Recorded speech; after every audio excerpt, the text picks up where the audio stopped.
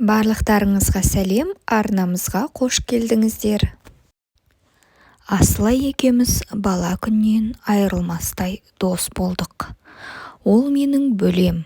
Әпкем күйеуімен ажырасып, Қызылордадан біздің үйге көшіп келгенде 5 жасар қыз едім.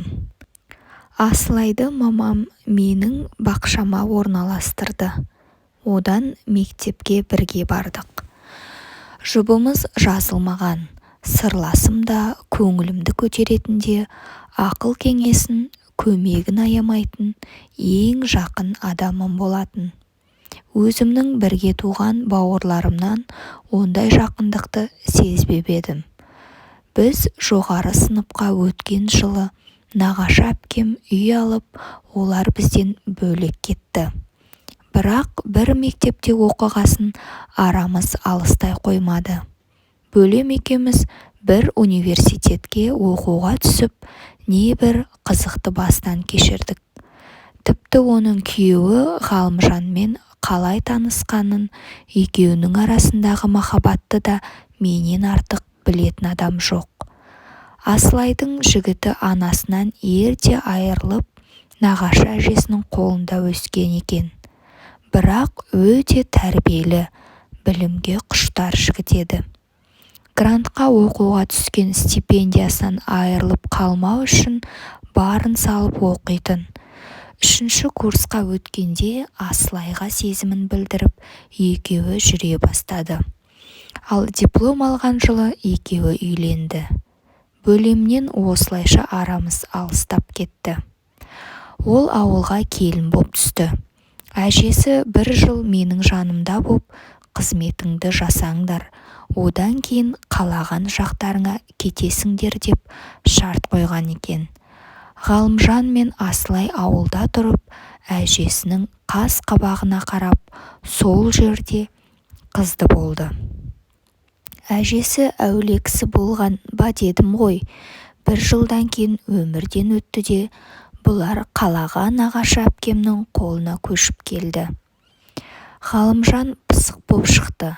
Қайын жұртта тұрғаным ұят деп, тырмысып ипотекаға үй алды. Күні-түні тынбай жұмыс істейтін. Қолы қалт етсе, таксист боп та ақша табатын.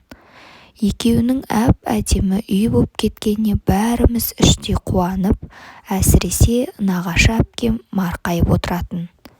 Асылайдың тапқан 3 баласы үшін жанын беруге әзір. Екеуі жұмыста кезде немерелерін бағып, асты үстіне түсіп кете жаздайтын. Олардың бақытты күндері осылай жалғаса берер ме еді? Әлгі ковид деген бәле келіп, Асылайды алып түсті. Қайдан жұқтырғанын білмейміз. Ыстығы түспей сандырақтап, 2 аптадай алысты. Ол кезде аурухананың бәрі адам толы. Дәрі жетпей жан таласып жатқан шақ еді ғой. Әпкем мен Ғалымжан шарқ ұрып дәрісін іздеп, барынша күтім жасағанымен бөлем сауығып кетпеді. Айырылып қалдық. Асылай өте зерек, алдағы күнін болжап, жоспарлап отыратын қыз еді. Бұл жолы да қарап жатпай, күйеуіне өсиет айтып кетіпті. Менің күнім санаулы сияқты, ауа жетпей қиналып жатырмын.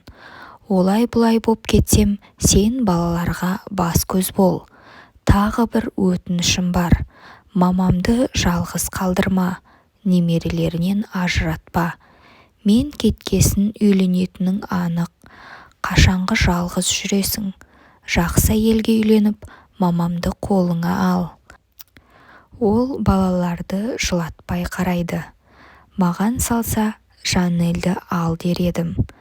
Бірақ ол бұған келіспейтін шығар, деп тапсырып, ойын айтып кетіпті. Ол кезде ауырған адаммен көрісу де мүмкін емес еді ғой.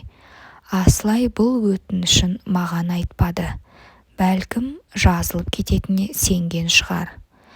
Бөлемнің қайтқанына 2 жыл болғанда Ғалымжанға бәріміз үйлен, балаларға ана керек деп те қол қаладық. Асылайды сүйіп, одан басқаға мойын бұрмаған адамға үйленетін адам таба салу оңай деймісің.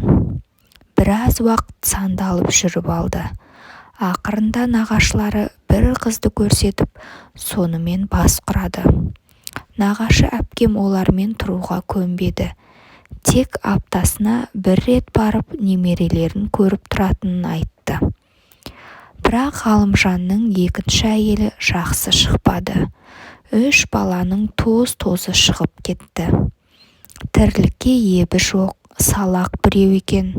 Мұнтаздай тап-таза үйді 5-6 айдың ішінде тоздырып жіберген. Балалар да оған жуымайды екен.